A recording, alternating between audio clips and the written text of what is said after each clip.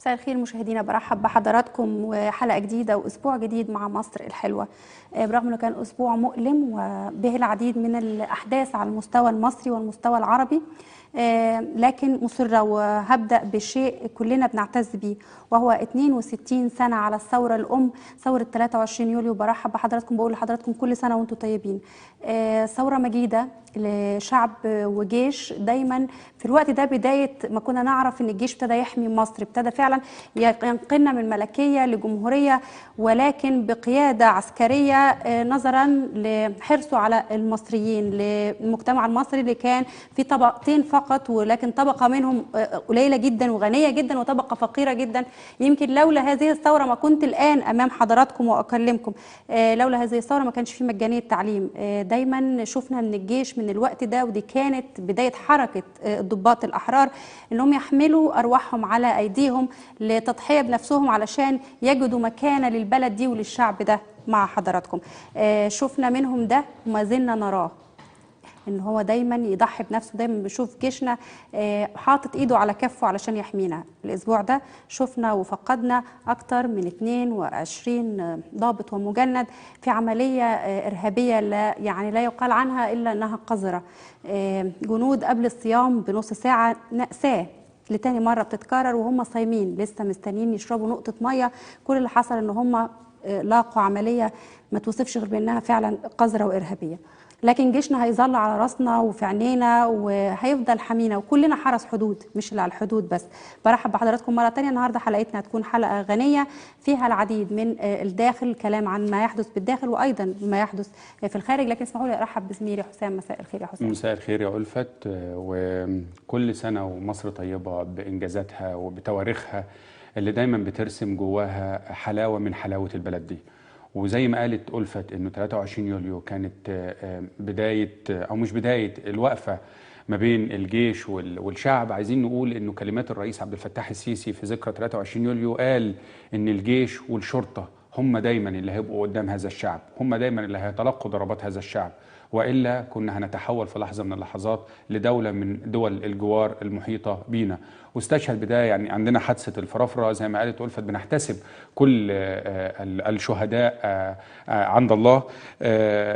ما هم من تلقوا هذه الضربات وهم من دافعوا عن هذا الوطن. ويمكن لما تفتكروا معانا الأسبوع اللي فات أنا وألفت وإحنا بنتكلم، لما كنا بنتكلم عن المحبة والروح الطيبة وقت الفطار اللي ما بتفرقش ما بين مسلم ومسيحي، عايز أقول لكم إن الرصاص ما فرقش ما بين مسلم ومسيحي. الرصاص كان في 4 من إخواتنا المسيحيين داخل هذه المجزرة، ولكن الدم المصري كله غالي علينا. لغاية ما يطول بينا العمر هنقول إن جيشنا وشرطتنا وإخلاصنا ودم كل واحد روى هذه البلد هو دين في رقبتنا. إن شاء الله بإذن الله يكون أمل في خطوة جديدة لمصر بكرة. وعايز أقول لكم إن لم تستطع إسعاد نفسك فعكر مزاج الآخرين. هو ده بصراحة المبدأ اللي هم بيحاولوا يشتغلوا عليه، والمبدأ اللي دلوقتي عمالين يخوفونا بيه إنه هيطلعوا في العيد عشان يعكروا مزاجنا. هم مش قادرين يسعدوا نفسهم، لكن في النهاية المصريين عارفين دورهم وعارفين هم بيعملوا إيه ودورهم شكله إيه. قبل ما ننتقل لفقرات الحلقة كمان حابة أقول إن في ناس يعني استغلت الحادث لمجرد إن هي تغلط في القوات المسلحة أو تفضل تعكر صفوهم أو تفضل تكسر فيهم. هو ده برضو مطلوب يا جماعة، دي برضو حرب أخرى. إحنا مفروض إن إحنا لا هنحط إيدينا في إيدين بعض، كلنا ثقة ويقين في جيشنا، ما عندناش فصال. اللي حصل ده لا هو عن ضعف ولا هو ما إلا كان غدر، وغدر تاخد حقه ثالث ومثلث، وده اللي هتلاقوه في حلقتنا النهارده. انا عايز اقول لك يا ألفت قبل ما ارحب بضيفنا انه صحيفه هارتس الاسرائيليه قالت في تقرير منشور ليها امس ان وزير الخارجيه الامريكي جون كيري ادرك ان منظومه علاقاته مع السيسي لا تشبه ولن تكون شبيهه لمنظومه العلاقات التي كانت سائده بين الاداره الامريكيه والرئيس السابق والرئيس الاسبق. وهي دي نقطه التحول اللي احنا بنتكلم فيها في شكل مصر الحلوة. خلونا نرحب بضيفنا في الاستوديو ونعتذر له عن الإطالة، الأستاذ عصام العبيدي الكاتب الصحفي ونائب رئيس تحرير جريدة الوفد. منورنا في مصر الحلوة. أهلا بيك يا فندم، وكل سنة وحضرتك طيب. سعيد بتواجدي معاك وشرف ليا. كل سنة وحضرتك طيب، وحضرتك منورنا النهارده. الله يخليك يا فندم. هنبدأ مع حضرتك من خلال مسؤول سعودي لرويترز. الرياض أبلغت قطر الابتعاد عن الوساطة لأن دور مصر تاريخي.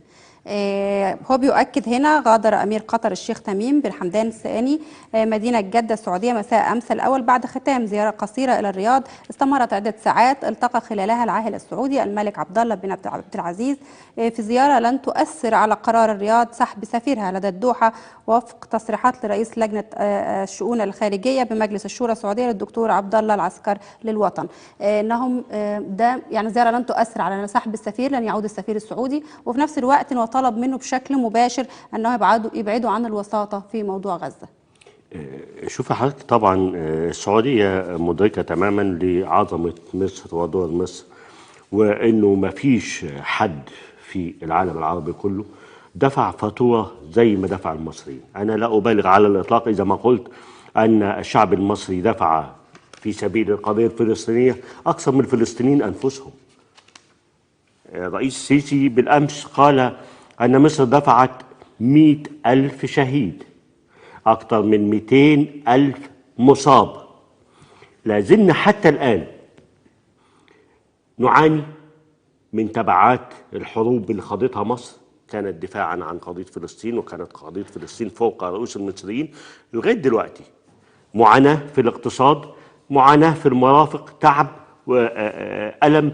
الدول العربية كلها اغتنت واحنا افتقرنا بسبب القضية الفلسطينية. إذن مع كل ده إنه حد النهارده جاي يزايد على دور مصر، نقول له العب بعيد، مش ممكن. مصر دي دورها ثابت ومعروف. النهارده عندنا دولة، يعني احنا مجازا هنقول دولة، إنما هي يعني حسب ما وصفها السادات قال إنها كشك سجاير على الخليج، يعني اللي هي قطر. طبعا اللي هي قطر. الدولة بتحاول تجد لنفسها دور، وتجد لنفسها دور. يعني أنا يحضرني يمكن قبل الهوا أنا ذكرت لك قصة إحدى الراقصات في مصر عندما تمنت أن تكون مشهورة حتى لو بفضيحة. يعني قالت أنا أتمنى أكون في داير الضوء حتى لو بفضيحة، فربنا كتب لها فضيحة كانت ملء السمع والبصر. فبالتالي قطر زي كده. قطر راجل عنده عقدة نفسية، أميرها السابق، إنه كل ما يروح بلد يقول لهم أنا من قطر، يقولوا له فين قطر؟ موقعها فين على الخريطة قطر دي؟ فبقى يعمل أدوار لمجرد إنه اسم قطر يتردد على ألسنة الناس. بدليل يوم جلعاد شليط ما تم خطفه، راح لبتوع حماس وقال لهم هدفع لكم، شو بقى المبلغ، هدفع لكم $500 مليار في سبيل ادوني شليط. ده تميم؟ تميم. لا، والده الشيخ حمد قال لهم يعني ادوني بس $500 مليار، يعني حوالي 7 أو أظن حوالي 4 مليار جنيه مصري، في سبيل فقط إنه ياخد جلعاد شليط ده على الطيارة وينزل بيه في إسرائيل أو في الولايات المتحدة ويقول لهم اتفضلوا، عشان كل العالم يتحدث عن الدور القطري والوساطة القطرية التي نجحت في تحرير الجندي الإسرائيلي جلعاد شليط، والمهمة التي فشلت فيها جميع الأجهزة. شوفي يعني الدور البحث عن دور قذر طبعا في المسألة. يعني في كأس العالم دفعوا رشوة لكل من بيده الأمر. أنا في اعتقادي حتى زمايلي في الوفد قعدوا يضحكوا، وقلت لهم باقي بس ما رشوش الجماهير. يعني كان مطلوب يعني تقديم رشوة لحوالي 2 مليار في العالم اللي بيشوفوا كرة القدم، عشان كرة القدم وكأس العالم يتعمل في قطر. واتكتب الكلام ده واتكشف انهم بالفعل دفعوا رشاوى لكل المسؤولين. إذن أنت أمام دولة تبحث عن دور، حتى لو دور قذر، لكن هي تبحث عن دور. التاريخ النهارده لا يمكن شراؤه بفلوس. يعني النهارده تاريخ البلاد بيبقى تراكم عمر. انما دولة قطر انا تحديدا اكبر من دولة قطر بحوالي 4 سنين. عمري اكبر من 4 سنين من لكن دولة هنا قطر. هل هي ستستجيب عن دولة دويلة وليدة؟ يعني احنا نعم، هل هي ستستجيب لطلب السعودية بعدم التدخل؟ لا ما اعتقدش، لانه يعني هي السعوديه لها دور كبير قوي. وطبعا اللطمه اللي وجهتها السعوديه والبحرين والكويت والامارات لقطر كانت لطمه قاسيه، لكن قطر ده دورها. قطر بدون ده تنسحب وتنزوي. احنا دلوقتي شوفي حضرتك، احنا بدانا حديثنا عن قطر وخدنا وقت قد ايه واحنا بنتكلم عن قطر؟ ده هو بالنسبه له بيعتبروه نجاح. ماذا تريد؟ ده قمه أيوة، هذا ما النجاح. تريد قطر. ده قمه النجاح. طيب تبحث عن دور حتى لو دور قذر. حتى الدور ده في ان هي بتلعب مع حماس واسرائيل في نفس نفس الجيم، في نفس ان هي بتأوي رموز حماس في المنطقه الفاخره، وفي نفس الوقت مش قادره تاخد موقف ضد اسرائيل. وتاتي لك بمحللين اسرائيليين وقاده اسرائيليين يقولوا لك انه الحرب دي لازمه، وان احنا صواريخ حماس بتاذي الاطفال الاسرائيليين عندنا وما بتنومهمش الليل، والاسرائيليين بيعانوا من كوابيس بالليل من الصواريخ بتاعت حماس. وفي نفس الوقت يجيب لك خالد مشعل ويقول لك احنا بنناضل، ويبعت فلوس لخالد مشعل واعوانه يعني انت النهارده قدام شيطان بيلعب على الوينجين زي ما بيقولوا، بيلعب على الاسرائيليين وبيلعب هدفه الوحيد استمرار الحرب. مصر مش كده، مصر مش كده خالص. مصر بتبحث عن كل وسيله تحقن بها دماء الفلسطينيين. الوسيله اللي وجدتها مصر المبادره، ان احنا يا جماعه عشان الناس تفهم نوقف اطلاق الرصاص ونيجي القاهره نجتمع نشوف مطالبك ايه ومطالبي ايه. لكن حتى يعني قاده حماس، لانه دول طبعا بيناضلوا من فنادق الدوحه، والنضال من الفنادق ده اجمل انواع النضال يعني. الوساطه طبعا التركيه الفنادق القطريه مكيفه لما تناضل غير لما تناضل في غزه والدم يسيل والناس مش لاقيه تاكل والكهرباء بتقطع انما اخونا خالد مشعل ومجموعه من اعوانه موجودين طبعا في افخم فنادق قطر، فيعني جنات على الارض يعني. فهو بيضحي باخر واحد بس في غزه. بل بالعكس، كل ما هو بيستمر في العمليه القذره دي هو مكاسبه في الاخر هتزيد. يا فندم حنفيه التمويلات لا تتوقف على الاطلاق. النهارده بعد كده لاعمار غزه، هنيجي بعد كده نطالب بدعم عربي عالمي لاعمار غزه، وكله بيصب عند حماس. الدول العربيه من العرب الى العجم بدات التبرعات تنهال على غزه. التبرعات تنهال على غزه، مين اللي بياخدها؟ حماس. مين اللي بيوزعها؟ حماس. فانت النهارده قدام ناس ما بتهمهاش مصلحه الشعب الفلسطيني. للاسف الفلسطينيين في غزه اخطاوا زي ما احنا اخطانا هنا، واخترنا جماعه الاخوان المسلمين، لكن احنا تداركنا الخطا بعد سنه. خدناهم زي ما جبناهم من الكماشه شويه اللي عاملاها حماس على الغزاويين ممكن تكون هي سبب في هذه الازمه مع ضعف السلطه الفلسطينيه. شوف يا استاذ حسام، الشعب الغزاوي حوالي 5 مليون واحد، حماس عددهم لا يزيد عن 40,000 شخص، لكن ال 40,000 دول بلطجي، عصبجيه، ناس عارف بيفرضوا اتوات. النهارده وزير الصحه الفلسطيني راح يطمئن المسكين على الجرحى ويمر على المستشفيات، مسكوه ضربوه علقه موت، قعد 3 ساعات نجا من الموت باعجوبه. مين اللي ضربه؟ لما اتفتح المعبر عشان يدخل الفلسطينيين لمصر، كانت في عراقيل كتيره جدا قطعها حماس عشان توصل هم رفضوا وطلبوا ان هم يا اما ينقلوا للقاهره والا لا كانوا طالبين فتح المعبر 24 ساعه. يا فندم يا فندم طبعا. انا بقول لو حبيت اكمل مع حضرتك الدور المصري كل شيء. لو حبيت اكمل مع حضرتك الدور المصري التاريخي اللي السعوديه ذكرته، واقول ان مصر بتطالب مجلس حقوق الانسان بالامم المتحده بتوفير الحمايه للفلسطينيين، وده يمكن كمان اللي اكد عليه اجتماع وزراء الخارجيه العرب في 14 يوليو اللي فات، لما قالوا ضروره وقف اطلاق النار لوقف العدوان وتحقيق اهداف المبادره المصريه. وده الكلمه اللي القاها وليد عبد الناصر رئيس بعثه مصر الدبلوماسيه. شايف مساله مصر ودورها، ولو انا ربطت ده بالكلام اللي قاله جون كيري انه السياسه اللي هيتعامل بيها مع السيسي هي سياسه مختلفه تماما، هل ممكن نلاقي مجلس حقوق الانسان بالامم المتحده يستجيب لطلب مصري بتوفير الحمايه للفلسطينيين؟ لانه في هذه الحاله اسرائيل هتعلن ان هي منطقه، فلسطين هتعلن ان هي منطقه حرب ويبقى ليها الحمايه الدوليه جوه. لا اعتقد، لان الولايات المتحده الامريكيه تقف عائق امام اي شيء يمس اسرائيل. انت النهارده ما بتصرفش بمفادك، انت النهارده انت بتحارب اكبر دوله في العالم. الولايات المتحده الامريكيه بتحمي إسرائيل حماية رهيبة. حتى السيد جون كيري عندما كانت تخيل أنه يتحدث مع شخص آخر ولم يتخيل أنه على الهواء، كان بيسخر من إسرائيل ومما تفعله إسرائيل، ويقول إنها يعني فعلا عملية دقيقة، فعلا عملية محدودة، فعلا كل الدماء دي وعملية محدودة. مجرد ما طلع على الهواء قال لك وندين الصواريخ اللي بتطلق على اسرائيل لانه ده خطهم، ده اتجاههم. وجون كيري قال ده في المؤتمر بتاع مع وزير الخارجيه المصري. يا فندم. فانت النهارده يعني انا مصر بتقوم بدورها بقدر ما تستطيع.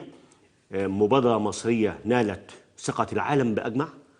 حتى جامعة الدول العربية في اجتماعها الأخير أيدت المبادرة المصرية. الدنيا كلها هي نفس المبادرة متطابقة مع المبادرة اللي هم طبعاً. وافقوا عليها حماس ب 2012 أي اللي فندم. مضوها مع الرئيس تماماً، المعزول. تماماً. فهنا ما كانش ليهم ما إلا إن هو إحراج الدولة المصرية، وده لا، دور واضح. هو الهدف حضرتك إحراج الدولة المصرية.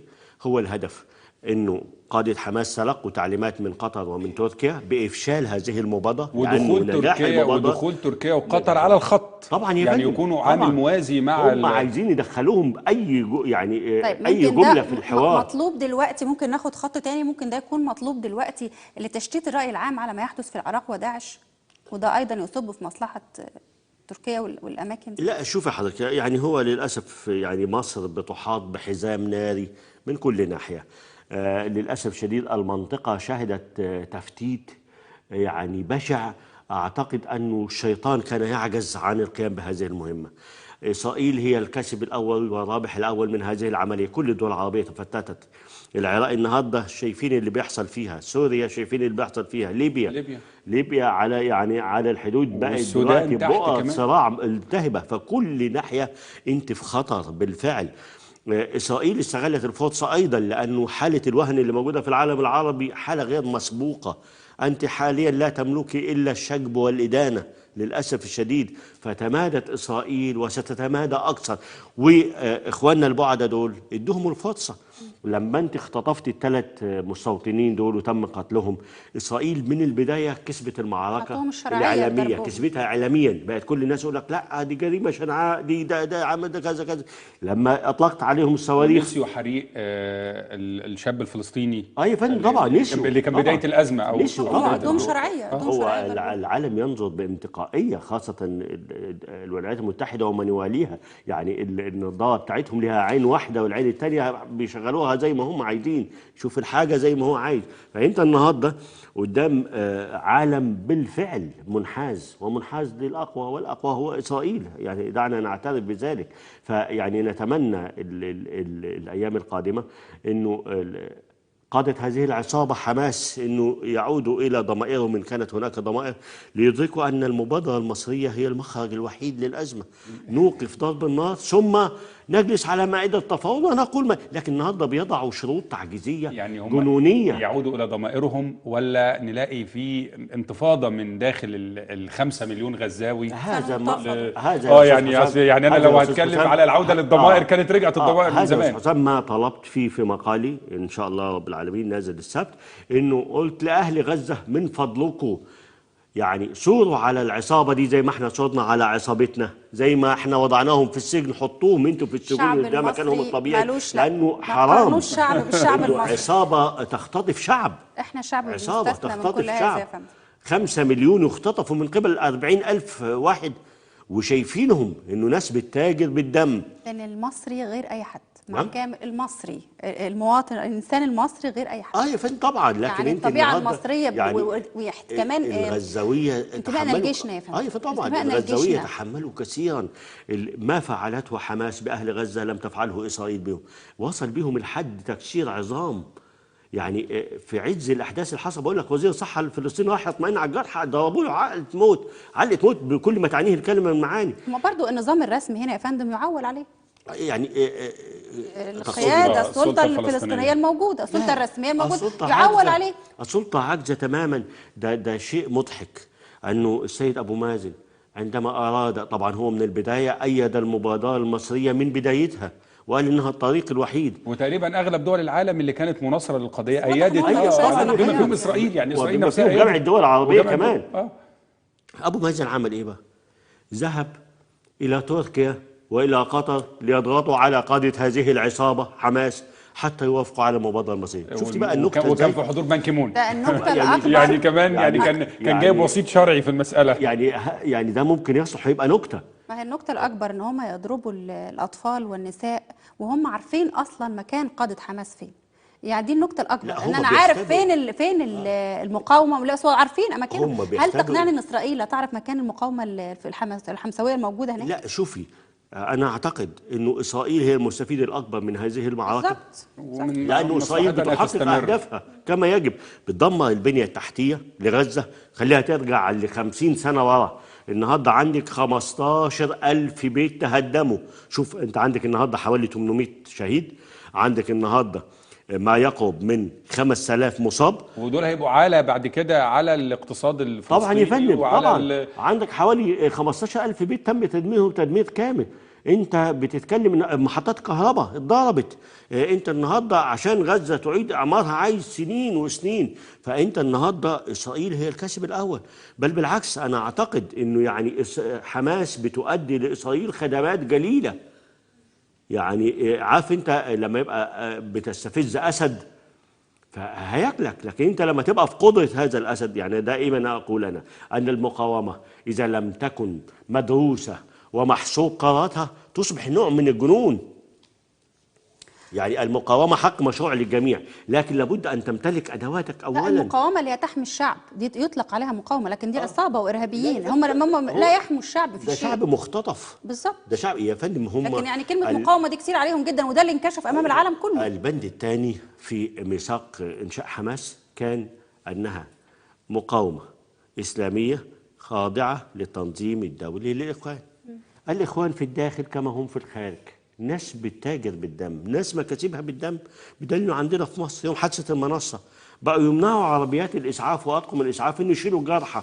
بيسالوا ايه الحكايه؟ قال لك ما عشان بما ان احنا اتكلمنا على الاخوان كمان يعني بما ان احنا اتكلمنا على الاخوان وهم دايما منكدين علينا، بس مش ربنا مش هيديهم الفرصه دي.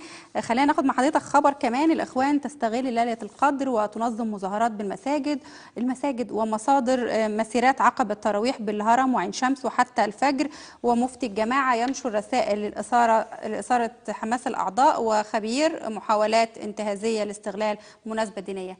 هل ده هيؤثر في الوضع الحالي وهينكدوا على الناس في العيد؟ وهم كمان بيهددوا ان الفتره الجايه دي بقى فتره رابعه هيكون فيها تفجيرات. هل ده وارد؟ شوف حضرتك، لازم انت تستعدي، لازم تدركي انك في حرب حقيقيه بكل ما تعنيه الكلمه من معاني.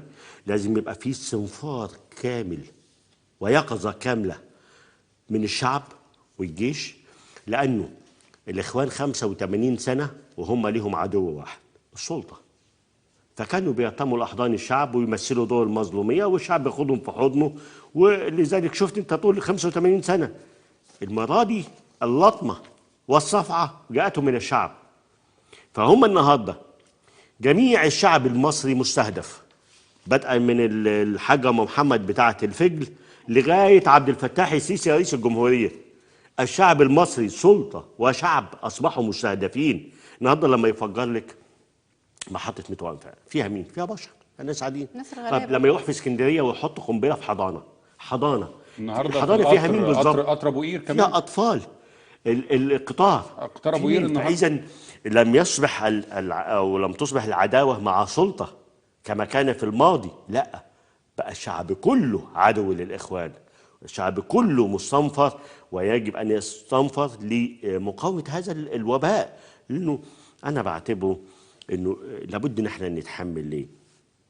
علشان توصلي النهارده لمصر الجديده في بوابه رسوم. ده مصر الحلوه لازم وانت رايحه تدفعي ضريبه ورسوم. صحيح ان بندفعها دم ومن دمام اولادنا، بس مش هتوصلي لمصر الجديده الا بكده. مصر الجديده اللي ما فيهاش تجار دين، مصر الجديده اللي ما فيهاش انتهازيه، ما فيهاش خلط الدين بالسياسه. مصر الجديده دي ما لهمش مكان فيها، فلازم يعطلك، لازم يوقفك. هل هينجح في التعطيل؟ نعم؟ هل هينجح؟ على الإطلاق، على الإطلاق. ليه؟ لأنه مصر دي بطبيعتها بلد متدينة وبلد وسطية. احنا عندنا الحرامي في مصر لما بيطلع بيقول يا رب جملها بالستر. حرامي يطلع رايح يسرق شقة يقول يا رب جملها بالستر. عندنا ما فيش طوائف، احنا عندنا مسلمين ومسيحيين. البابا توادرس الراجل العظيم ده لما قالوا له يعني ده حرقوا حوالي 85 كنيسه، وبعدين لو حرقوا لك الكنيسه تعمل ايه؟ قال لهم ولا حاجه، صلي في المساجد. هل الناس بالجمال والحلاوه دي ممكن يدخل بينهم شيطان؟ ابدا. طب خليني خالص الشيطان مش هيحصل. خلينا نكمل، يعني اخد من خبر ألفت واكمل على الشيطان اللي هو تحالف دعم الشرعيه. بيدعو لاسبوع عيد الشهداء، اللهم بلغنا 14 اغسطس. يعني احنا بنقول اللهم بلغنا رمضان، اللهم بلغنا ليله القدر، وهم بيقولوا اللهم امتنا على الاخوان واللهم بلغنا 14 اغسطس. ده لو هربط بيه كلام حضرتك اللي بتقوله، يعني مصر البابا توادروس وشيخ الازهر قدام في وجود ناس العظيمه دي، قدام هذه التحالفات يعني شوف انت عندك قطبين القطبين دول كافيين لاطفاء اي حريق في مصر. دايما بتوع المطافي لما يجي يطفي بيطفي الحريق واللي جنبها، فتتسالي اللي جنبها ليه؟ ده ما ولعتش في العماره اللي جنبها، بيبرد عشان نبرد. فانت عندك قيادتين في منتهى العظمه يبردوا العالم كله، يبردوا الاجواء، يخلوها غير قابله للاشتعال.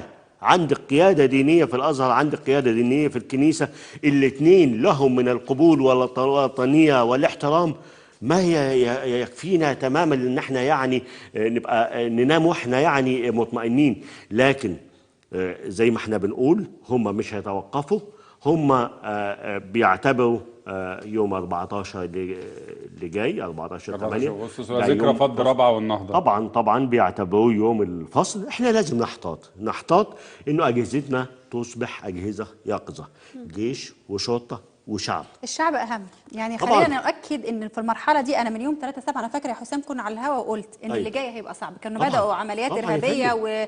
وتفجير مترو والحاجات دي. قلت ان اللي جاي، انا فاكره كويس جدا في بدايه الانترو او في النهايه في الحلقه، قلت ان اللي جاي صعب ونتحمل شويه بعض. أيوة. محتاجين الناس تفهم ان الوقت ده هو وقت بيفرفصوا بيطلعوا في الروح خلاص. أيوة طبعاً. لازم احنا نقف جنب جيش. انا عايزه اقول لك في عمليه تكسير عظام بتحصل برضه. أيوة. الجيش غير قادر على حمايه نفسه، الجيش ما كانوا عمليه الفرافره دي فيها ما كانوش الجنود بيدافعوا عن نفسهم. يمكن دي فقرتنا الاخيره اللي هنتابع فيها مع حضراتكم النهارده، يكون معانا ضيف نتكلم باستفاضه عن ده. لكن مع حضرتك دلوقتي لازم نقول للناس، لازم نفهم الرساله اللي جايه منهم كويس، وان احنا نستقبل اللي جاي ونقف جنب جيشنا وشرطتنا بكل قوتنا. شوف يا حضرتك، هم فشلوا في كل حاجه، هم واجهزتهم، لكن دعينا نعترف انهم نجحوا في حاجه واحده بس، نجحوا اعلاميا. النهارده عندك قناه شيطان او لسان الشيطان اللي انا بسميها قناه الجزيره، عندك 3 قنوات بيطلعوا من تركيا. نجحوا في انهم بالفعل يعني اعلاميا في انه يخترع حاجات مضحكه. يقول لك ايه؟ معانا على التليفون علي عليوه المتحدث باسم نقاشون ضد الانقلاب. ايه نقاشون ضد الانقلاب؟ تسمعي بعد تاني يوم يقول لك ايه؟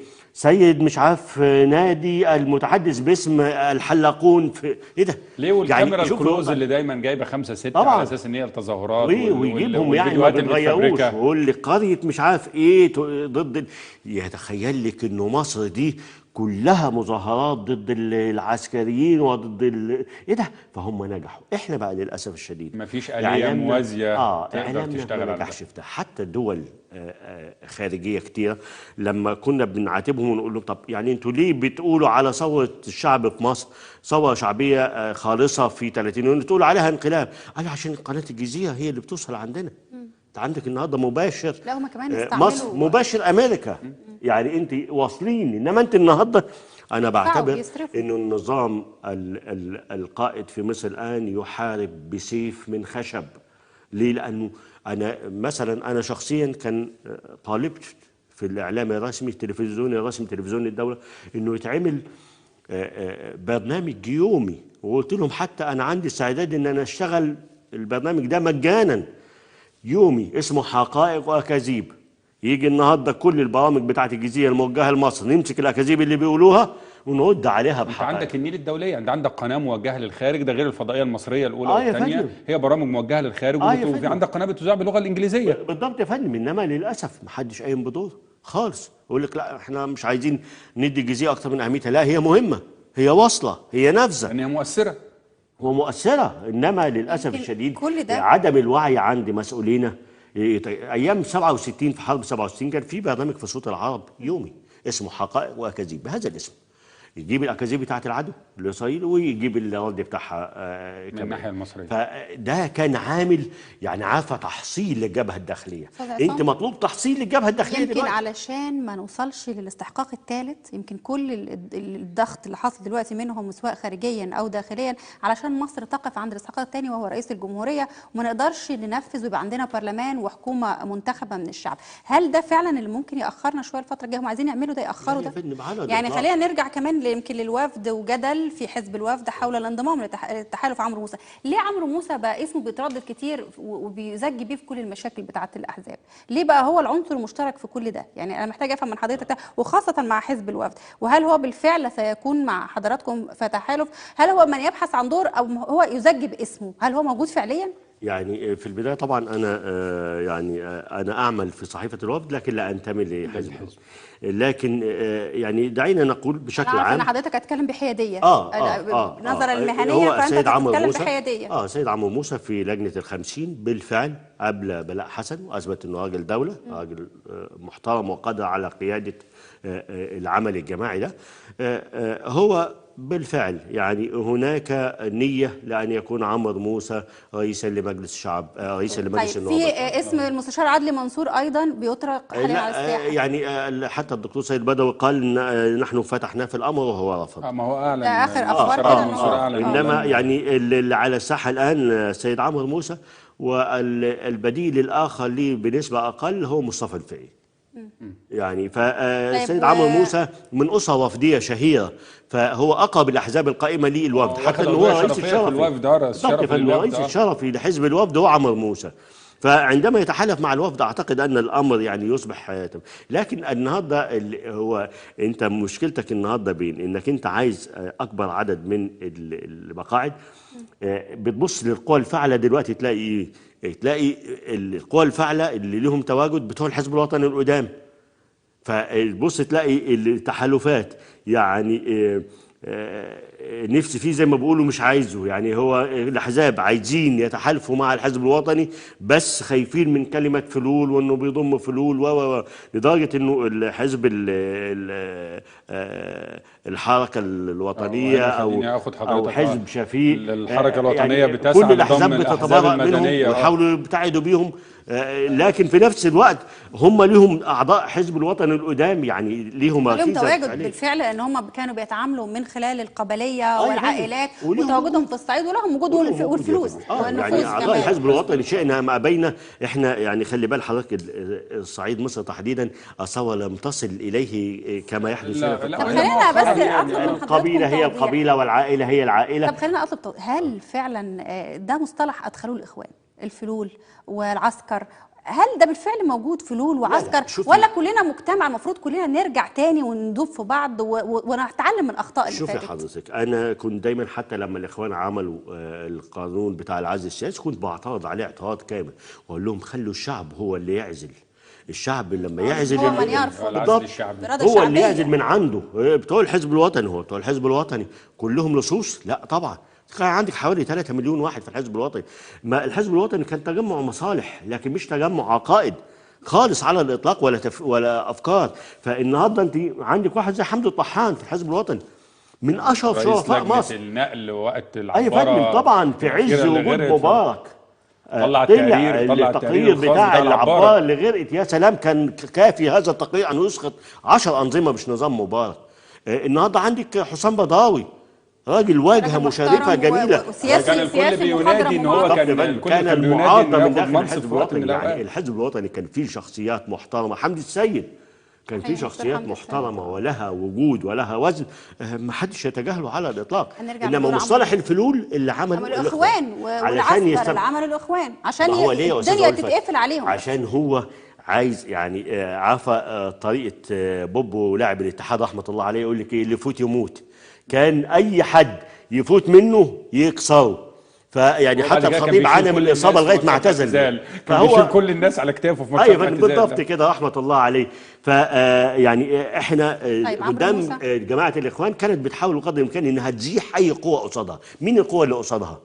الحزب الوطني القديم. طب ما هم يعملوا ايه؟ عايزين يبعدوهم، فقال لك عزل سياسي. فهو طلعوهم شياطين المرحله وعفاريت برغم ان فيهم زي ما قلت حضرتك. هو مصطلح الفلول مصطلح معناه بقايا الجيوش المنهزمه. طب اذا كنا عايزين نقول كده، طب دلوقتي بقى بتوع الاخوان هم الفلول بقى، لانه الخول انسحبوا وانهزموا وما يتواجد منهم الان هم دول الفلول الحقيقيين بقى. فلا هو ما فيش حته فلول، بس هم زي ما بقول كانوا من مصلحتهم تقسيم الشعب المصري. عمرو موسى هل هو يبحث لنفسه عن دور ام انتم لا تبحثون عنه؟ لا شوفي، يعني هو المجتمع بالتاكيد في حاجه لعمرو موسى، لانه زي ما قلت لك اثبت يعني كفاءه في اداره لجنه ال50 شيء عظيم، وشخصيه وطنيه، راجل دوله بكل ما تعنيه الكلمه من معاني. فلما يدير مجلس النواب شخصيه بالوزن ده اعتقد انها مكسب لمصر. يمكن لاهميته لان هو من سيشكل الحكومه الفتره القادمه. اكيد طبعا. يعني لو في تعليق عند حضرتك، انا كنت عايز اقول الحركه الوطنيه، لو انا هتكلم على عمرو موسى ودور عمرو موسى، هل الحركه الوطنيه مساعيها للنجاح في ضم تكتلات الاحزاب المدنيه في تحالف واحد، هل هتكون قادره ان هي تعمل ده ويبقى الوفد طرف من الاطراف وعمرو موسى يقود مثل هذا التحالف المدني الكبير؟ شوف يا استاذ حسام، انا يعني بتمنى انه الاحزاب تعي وتدرك تماما انه مصلحتهم في الوحده والاتحاد، لكن محاوله تكسير العظام بينهم وبين بعضهم المستفيد الوحيد منهم هو تيار الاسلام السياسي، الاخوان والسلفيين ومن يتبعهم. يعني انت النهارده لما نكسر في بعضنا الوفد ويكسر في المصريين الاحرار وتنشا معركه بين الاثنين وبين بقيه الاحزاب وبين الكرامه، مين اللي هيستفيد عند الناخب؟ تيار الاسلام السياسي. يقول لك يا عم ده كلهم بيهاجموا بعض، يا عم ده كلهم طلعوا بعض حراميه، يا عم انما التيار الاسلامي السياسي هينفذ في اللحظه دي. احنا لو توحدنا مع بعضنا كلنا وبقينا قلبنا على قلب بعض، نحينا جانبا المكاسب الشخصيه والمصالح الشخصيه، وضعنا مصلحه مصر هي الاساس وهي البوصله يعني تتجه ليها كل قراراتنا، اعتقد انه هيبقى في تحالفات ناجحه، لانه البرلمان القادم عشان الناس تدرك الكلام ده أخطر برلمان في تاريخ مصر. ليه؟ لأنه هو اللي هيتولى ترجمة الدستور إلى قوانين لمصلحة المواطن. النهارده أنت عندك دستور لسه هيترجم، وتشريعات رئيس الجمهورية كمان اللي بتصدر دلوقتي. كل ما يصدر عن رئيس الجمهورية هيقعد في الجلسات الأولى، اللي شايفينه صالح هيقر واللي شايفينه غير صالح هيقول له شكرا. إذا أنت قدام برلمان في منتهى الخطورة اللي في الدنيا. لو دخلت عناصر تجار الدين إلى هذا البرلمان ضعنا. هل هم لسه لهم أرضية على الأرض بالزيت والسكر؟ ما زال عندنا غلابة وما زال يعني عندنا ولا السلفيين هم التيار الموازي اللي ممكن يعني حضرتك أنا دائما أقول إنه طالما في فقر وجهل يتواجد هؤلاء. ده اللي احنا بنقوله. بدليل إنه ودايما أقول الكلام ده برضه في لقاءاتي التلفزيونية، لو النهارده أحد المواطنين في حي الزمالك إدى صوته للإخوان، تاني يوم الصبح أهله ياخدوه لأحمد عكاشة يعالجوه. يقولوا ده اتجنن، ده للاخوان، لانه ازاي من الزمالك ويدي الاخوان؟ لكن اهل هنا ولا اهل الفيوم ولا اهل سوهاج، الناس اللي عندهم نسبه فقر تصل ل 60%. شوف 60%. الاخوان لم تنادي في يوم من الايام بمحو اميه المواطن، مثلا ان هي حابه ان يكون المواطن على هذه الشكل. ضد سياساتهم. ما انا بقول لك حضرتك هي حابه ان المواطن يكون على هذه الشكل على الاطلاق. هو عايز كده، هو عايز مواطن بهذه المواصفات. تمحي اميته ازاي؟ ده انت لم تنادي يوما ببرنامج قومي مثلا لمحو الاميه. لا، هو حسن البنا عندما أنشأ جماعته في البداية خالص ذهب لمين؟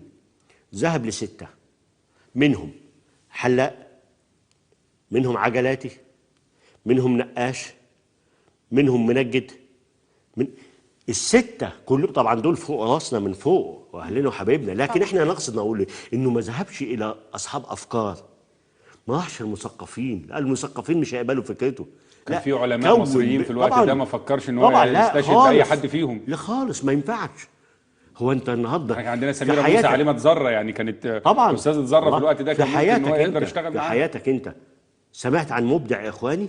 ولا كتاب خرجه دكتور. ما ينفعش يبقى مبدع نستفيد اكتر، لانه اول شيء انت بتتنازل عنه عندما تدخل هذه الجماعه في ازمه ماديه. عقلك. طيب هم عايزين، انا اسف في اللفظ، عايزين بلاص. عارفه البلاص بتاع الصعيد ده؟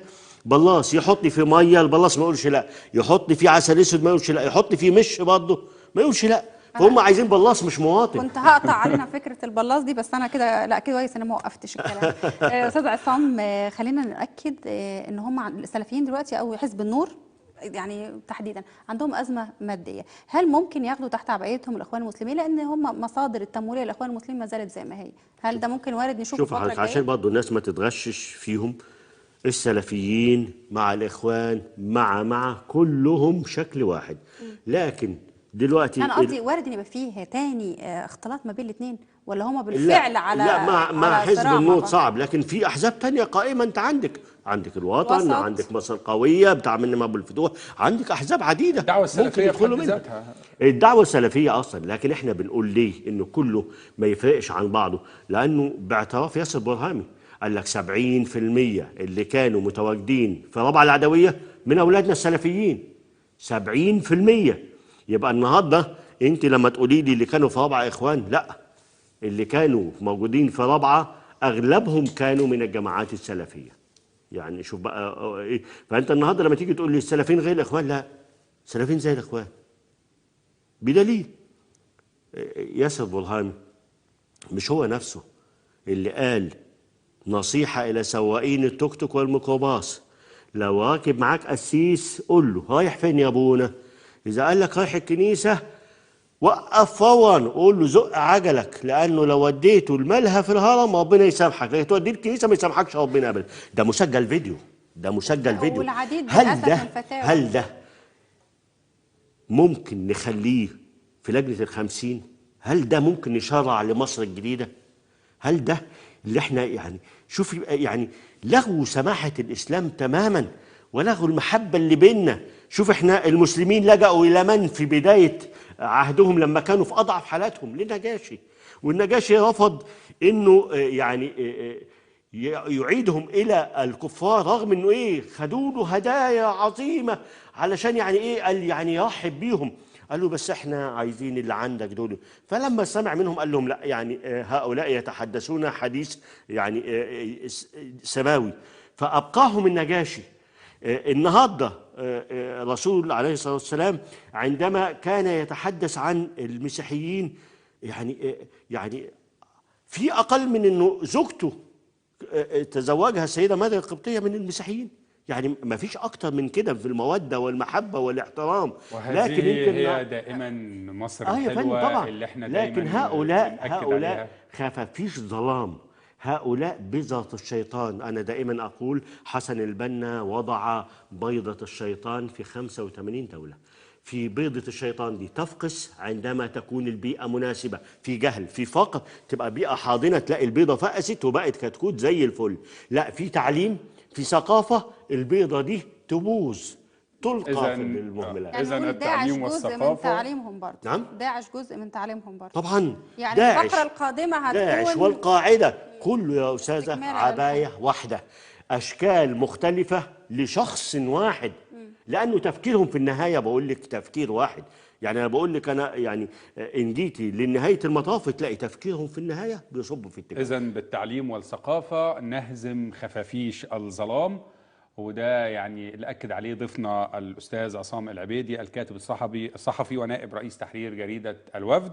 بنشكرك أستاذ عصام. شرفنا بيكم يا فندم، وكل سنة وأنتم طيبين، وإحنا سعداء إنه معاكم النهارده في الفضائية، ونتمنى دايما إن احنا نبقى إخوات وحبايب وأشقاء وحائط صد قدام أي عدو. الحلوة اللي احنا دايما بنأكد عليها.